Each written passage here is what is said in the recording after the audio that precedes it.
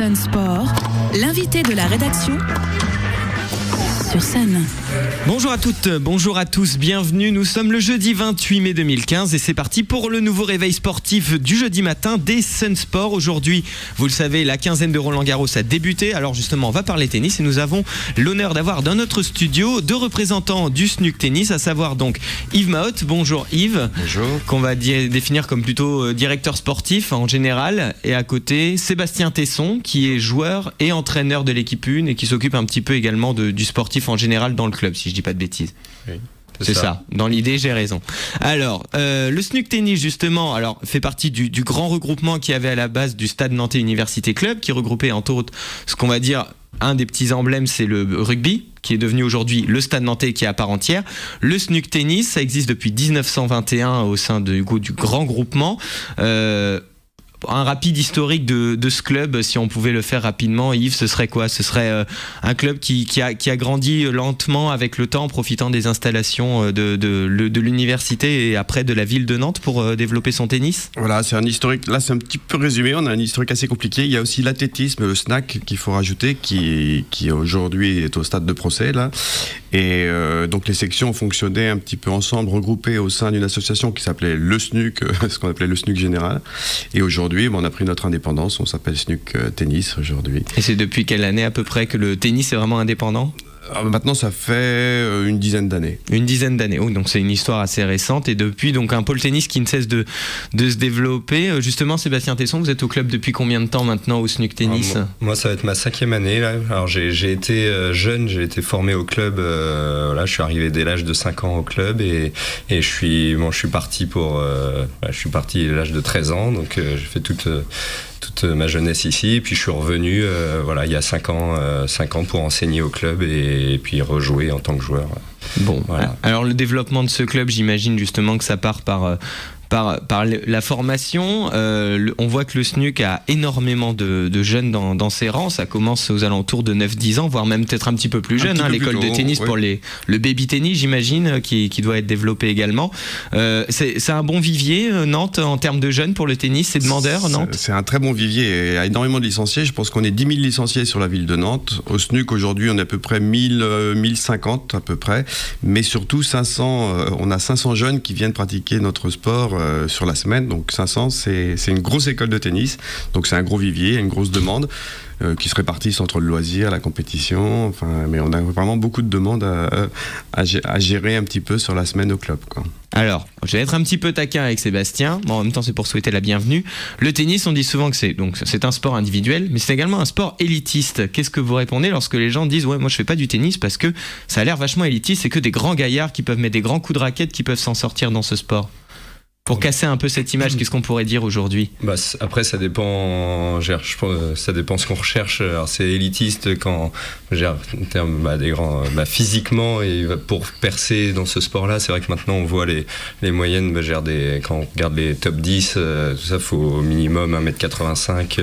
Voilà. Après, si on recherche à se faire plaisir dans cette discipline, c'est un sport qui est très technique, tout ça. Donc tout le monde peut y arriver s'il y a du travail et puis l'envie, tout le monde. On trouvera toujours un niveau adapté à soi. On peut se faire plaisir à n'importe quel niveau, et puis pour échanger des balles et voilà. Tout le monde dans le tennis. Alors il y en a qui font de la compétition, mais d'autres qui se font plaisir pour jouer avec des copains, des collègues. Voilà. Justement, une des belles images du tennis, Yves, c'est que c'est un sport par contre familial qui peut être joué par tout le monde. La mère peut affronter le père, quand les deux ont un niveau assez correct, ils peuvent s'amuser un petit peu, les enfants entre eux. Voilà. J'imagine qu'au SNUC ça se voit également. Est-ce qu'il y a des familles entières inscrites dans le club, par exemple ? Il y a beaucoup de familles, exactement. Il y a beaucoup de familles. C'est vrai que c'est un sport qu'on peut pratiquer vraiment ensemble, et c'est vraiment un sport très familial, effectivement. Et pour en revenir à ce qu'on disait là sur le physique et les gabarits et tout, on a en ce moment deux joueurs de plus de 82 ans qui jouent en compétition, qui sont à 32. Des vétérans. Donc, de seniors plus, on appelle ça maintenant. Et c'est assez génial de les voir jouer en compétition. Donc on a des tout petits de 5 ans et on a ces joueurs-là qui représentent le club en équipe aussi. Alors on va détailler justement les niveaux des différentes équipes. On a donc, ça va donc pour les compétitions de 9-10 ans, si je dis pas de bêtises, jusqu'au donc, ce qu'on appelle les seniors plus. Le niveau global du SNUC aujourd'hui, le vivier est important. Est-ce que derrière le niveau suisse, qu'il y a des petites perles comme ça et des équipes performantes chez les jeunes et puis du coup après chez les seniors et chez les seniors plus aussi, pourquoi pas? C'est vrai que nous, le club, les équipes et les jeunes qui évoluent dans le club jouent généralement en régional, donc plusieurs divisions, puisqu'on a peu d'équipes engagées en fait. Au final, on a, je dis n'importe quoi, en 9-10 ans par exemple, il va y avoir une équipe engagée, donc ça va correspondre à juste 2-3 joueurs qui vont pouvoir jouer, et c'est vrai que c'est souvent de niveau, nous au club, on a beaucoup d'équipes qui évoluent en régional. Je crois, si je me trompe pas, il doit y avoir une équipe en départemental en 11-12 ans garçons, et voilà, donc c'est intéressant parce que c'est du coup des joueurs qu'on espère qui vont alimenter après les équipes seniors qui pareil, en senior pareil, on a 4 équipes nous seniors hommes qui évoluent en régional et 3 équipes femmes qui évoluent en régional minimum, sachant qu'on a des équipes qui évoluent en national et parce que je vois qu'il y a des montées justement chez les seniors filles, chez les seniors garçons. L'année dernière, une montée en pré-national pour l'équipe 2 féminine. Ensuite, les équipes 1 et 2, hommes et femmes, se sont très bien sortis. Pour ce qui parlait justement des équipes Fagnon, les équipes 1 et hommes et femmes, comment s'en sortent-elles aujourd'hui? Quels sont leurs niveaux à peu près et la saison à venir justement? Alors pour l'équipe une femme, donc l'équipe elle évolue en National 4, donc voilà, sachant que c'est la 4e division, alors, c'est National 1 première division Non, il y a devant, alors il y a la première division, après on a il y a la National 1A et National 1B, donc voilà, et après National 2, National 3, National 4. D'accord. Donc voilà, ça repousse, on va dire c'est la 7e division National 4.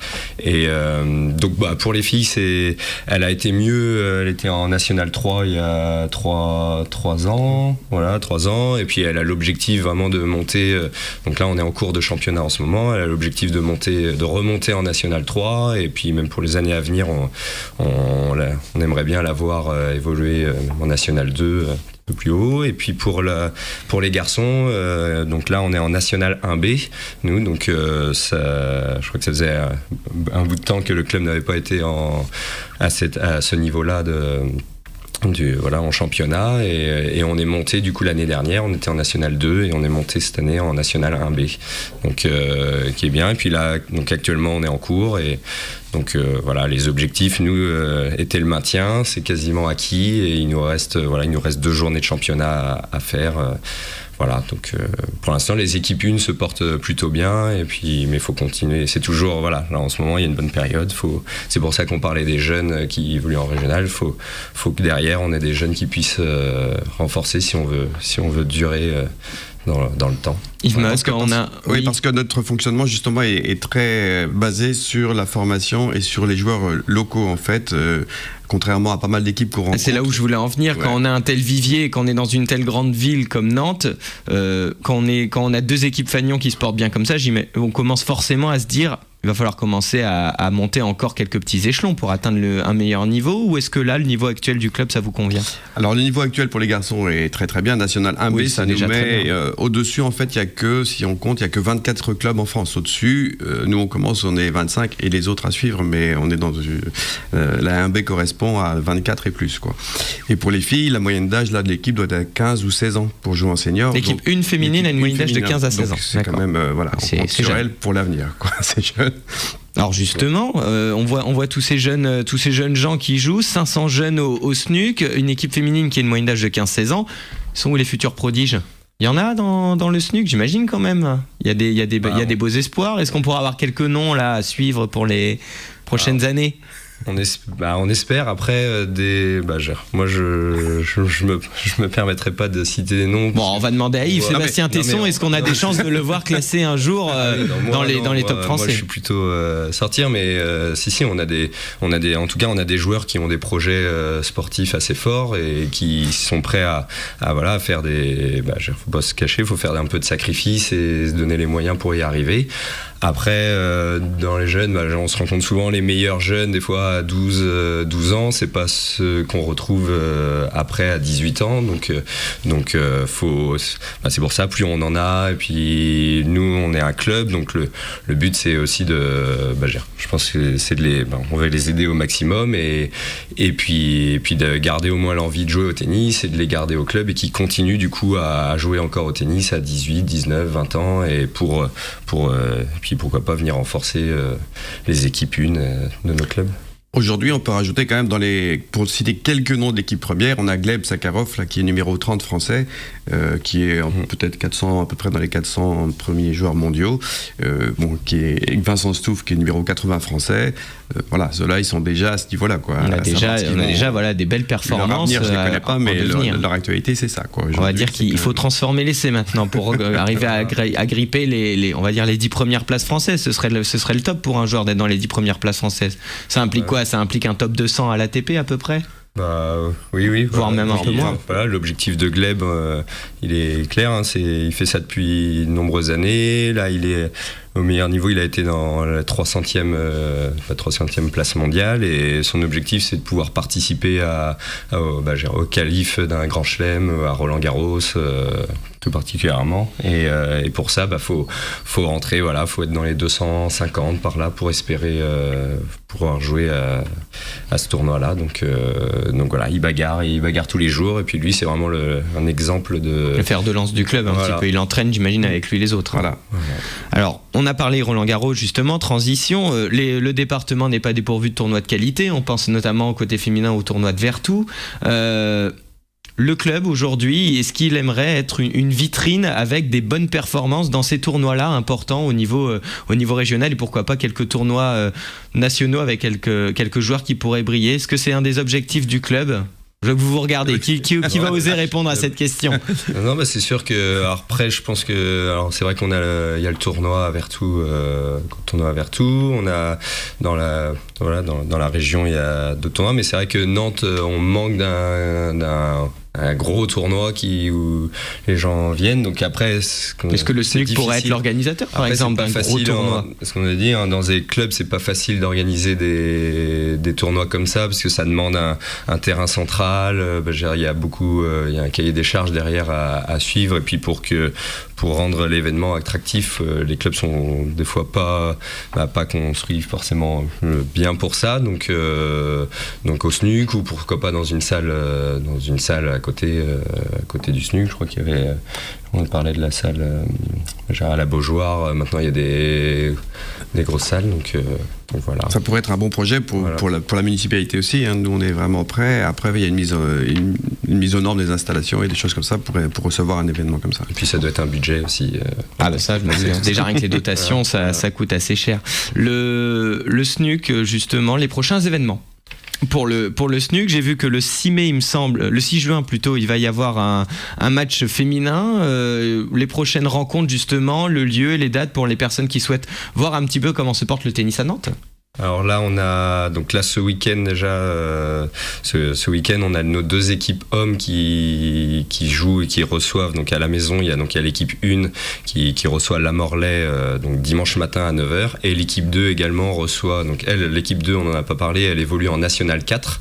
Donc ça aussi, c'est un point positif pour le club, c'est qu'on a deux clubs en National, et ça permet de voir un peu venir les choses. Et donc là, dès ce week-end, donc dès dimanche. Donc ça se passe Ça se passe au SNUC, au club. À 9h, c'est entrée gratuite, bien sûr. Rappelez l'adresse pour ceux qui... 74 boulevard des Anglais, boulevard du Parc de Procès. On vous attend, 9h, des matchs sympas, vous les voyez en direct sur terre battue. Rapidement, que ça se passe un peu comme un match de Coupe Davis. Donc c'est l'équipe c'est en 3 points, c'est ça, en 3 victoires. En fait, l'équipe, il y a 4 simples et 2 doubles qui se jouent. Donc à 9h, on a 2 simples qui commencent, et puis dans la continuité, il y a les autres simples qui s'enchaînent. week-end. Et après, on va finir par 2 doubles, sachant que chaque victoire rapporte 1 point à chaque match, rapporte 1 point à son équipe. Donc il peut y avoir un 3-3 à la fin de la rencontre.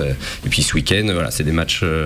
L'équipe 2 peut jouer la montée ce week-end si en cas de victoire. Il y a de l'enjeu. Voilà, là il y a de l'enjeu. Bon. Et puis après, donc le week-end d'après, c'est la dernière journée du championnat, puisque notre championnat est très court.